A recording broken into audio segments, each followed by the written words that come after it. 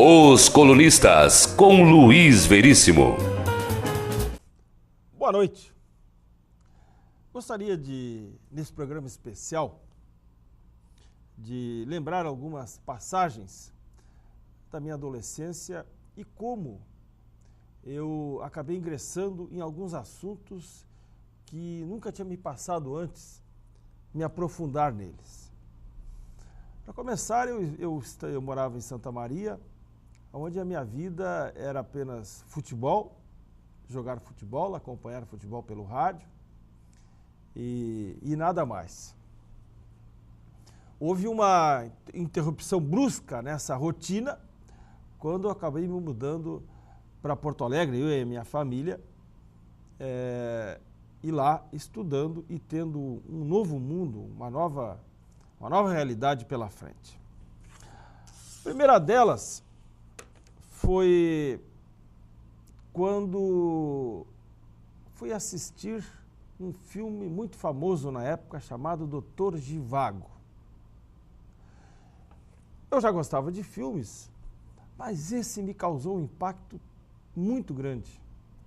Eu lembro de revolução, uns lutando, os russos lutando contra os russos, um nobre tendo que dividir a casa dele com famílias pobres. E aquilo me chamou muita atenção e me despertou a curiosidade de acabar estudando e lendo mais sobre a Revolução Russa. Adolescente ainda, comecei a ler algumas coisas em enciclopédias, depois em livro, a história da Revolução Russa. Isso me trouxe, essa curiosidade me trouxe fome de conhecimento. Também no filme, fui assistir muito contrariado, até porque eu estava interessado na companhia dessa menina. Fui convidado para assistir um filme chamado Violonista no Telhado.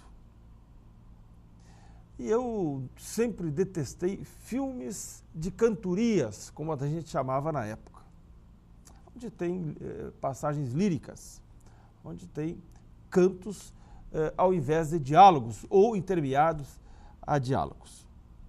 E lá também me chamou a atenção, porque ela era judia, me chamou a atenção sobre o povo judeu. Por que eles eram tão discriminados? Por que naquele filme o governo atacava tanto eles? O que eles tinham? E essas perguntas, e também pela companhia dela, dessa minha amiga, eu acabei me aprofundando na história do povo judeu, na história de Israel, e, enfim, tendo o maior conhecimento desta parte. Também, ainda lá pelos 16 anos, eu entrei bruscamente na política estudantil.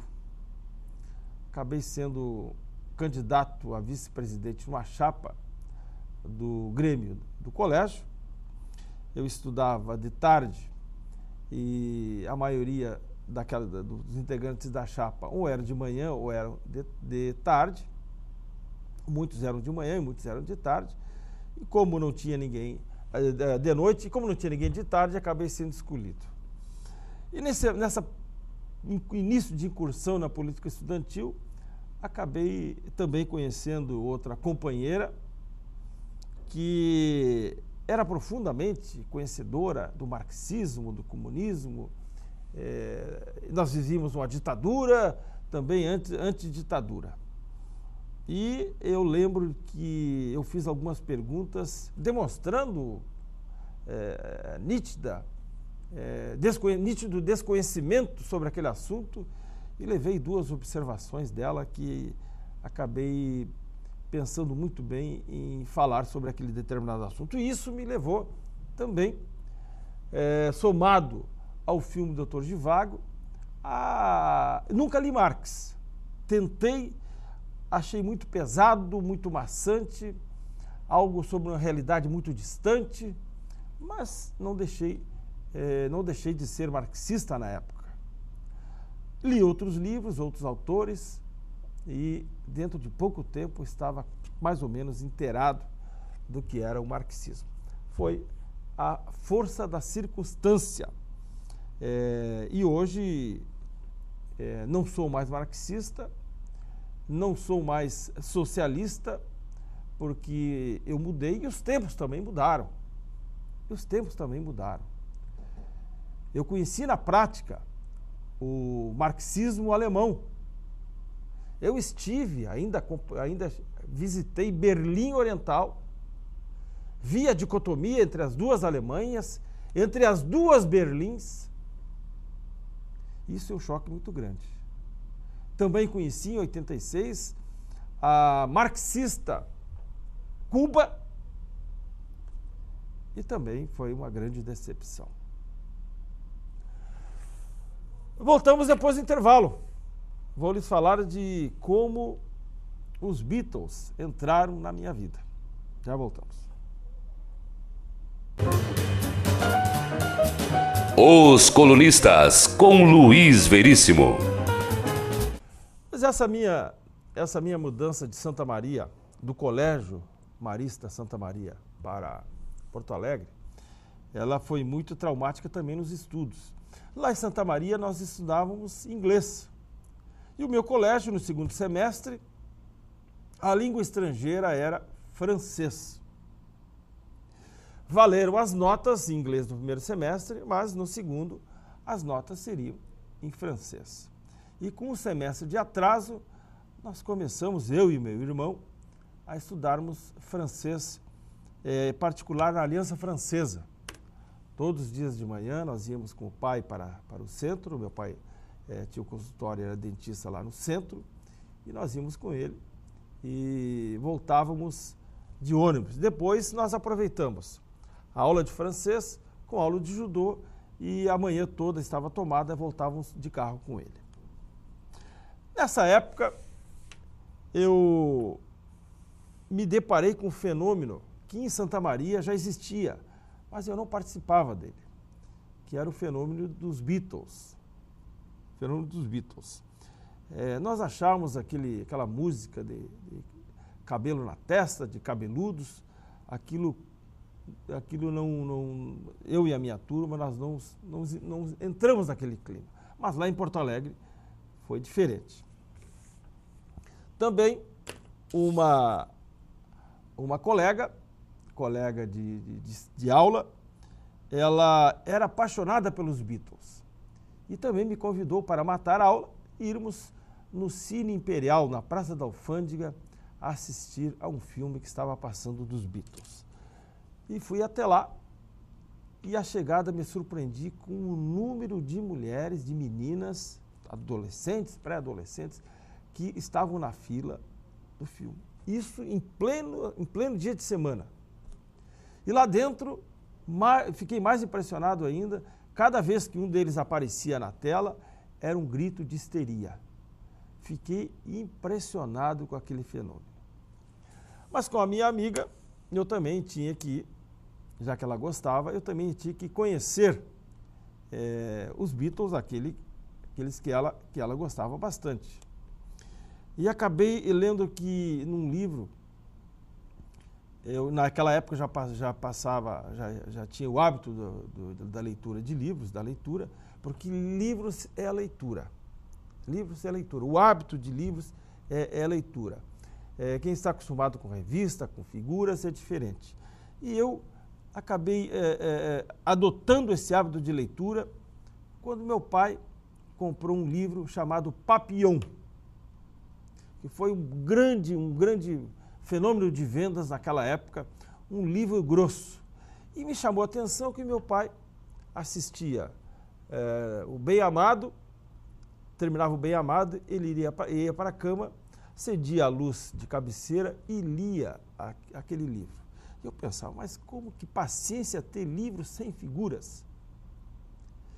E depois que ele terminou, eu comecei a ler e realmente foi um livro excepcional, onde me consolidou o hábito da leitura. E naquela época dos Beatles, eu acabei lendo uma biografia dos Beatles. E ali pude conhecê-los e discutir com todos aqueles companheiros e companheiras de geração aquele fenômeno dos Beatles. Ao contrário da maioria das minhas amigas e dos meus amigos, o meu Beatle preferido não era nem o John e nem o Paul. O meu Beatle preferido era o mais velho deles, o considerado mais feio deles, o menos compositor deles e o que menos cantava. Quem conhece os Beatles sabe que as vozes principais eram de John e Lennon e o George vinha em segundo lugar, inclusive como compositor. O Ringo, aliás, até hoje, eu fui a Porto Alegre assistir um show da banda solo dele, e All Star Band, e tenho 3 DVDs do Ringo e sua banda. O Ringo é um fenômeno.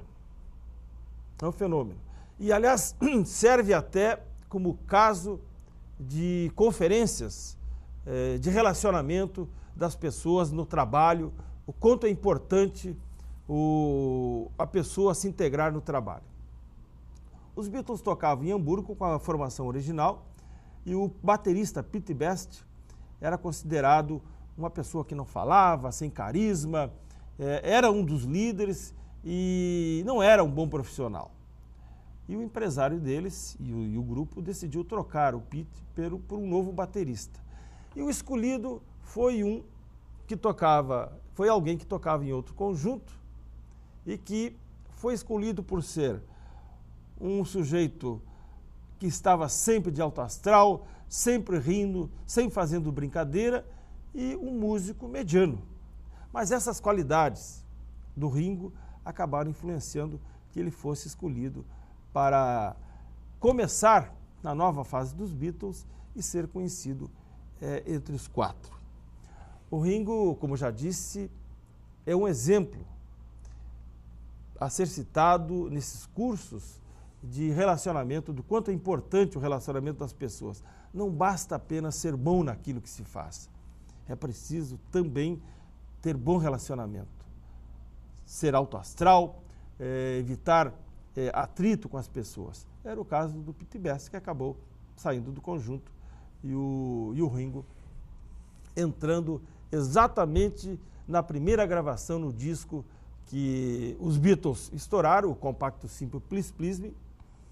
Dizem, e nunca foi confirmado, que a primeira música, a gravadora decidiu contratar outro baterista para fazer a gravação, embora o Ringo apareça na foto oficial do disco. São exemplos de como a curiosidade pode beneficiar as pessoas. A curiosidade pode trazer muito conhecimento. Conhecimento que em março, se Deus quiser, estarei em busca de outro. Algo que sempre me despertou curiosidade é uma região da Europa que é completamente diferente das demais. A língua é diferente, completamente diferente, do francês, do espanhol e sem origem latina. A língua, repito, é completamente diferente. Eu estou me referindo ao País Basco, onde deverei estar a partir do dia 8 ou 9 de março do ano que vem. Pretendo ir lá ficar uma semana para conhecer esse pedaço da Europa que é completamente desconhecido para muitos e para mim. Numa etapa posterior, se der tempo ainda, pretendo ir a Barcelona, outra região fantástica da Espanha. É uma cultura diferente, é um país dentro da Espanha, como é o País Basco. A Catalunha é um país dentro da Espanha. Aliás, é um país que é uma nação que, se fosse um país, seria mais rico do que a própria Espanha. Se der, estarei conhecendo a Catalunha, a terra do Jordi Castan. Mas vou conhecer certamente o País Basco, a cidade de Bilbao, São Sebastião, e conhecer a sua cultura e saber mais ainda sobre sua história. Vou fazer o que fiz agora em Cartagena. Vou num museu e contratar um guia para contar a história e responder algumas perguntas, algumas curiosidades.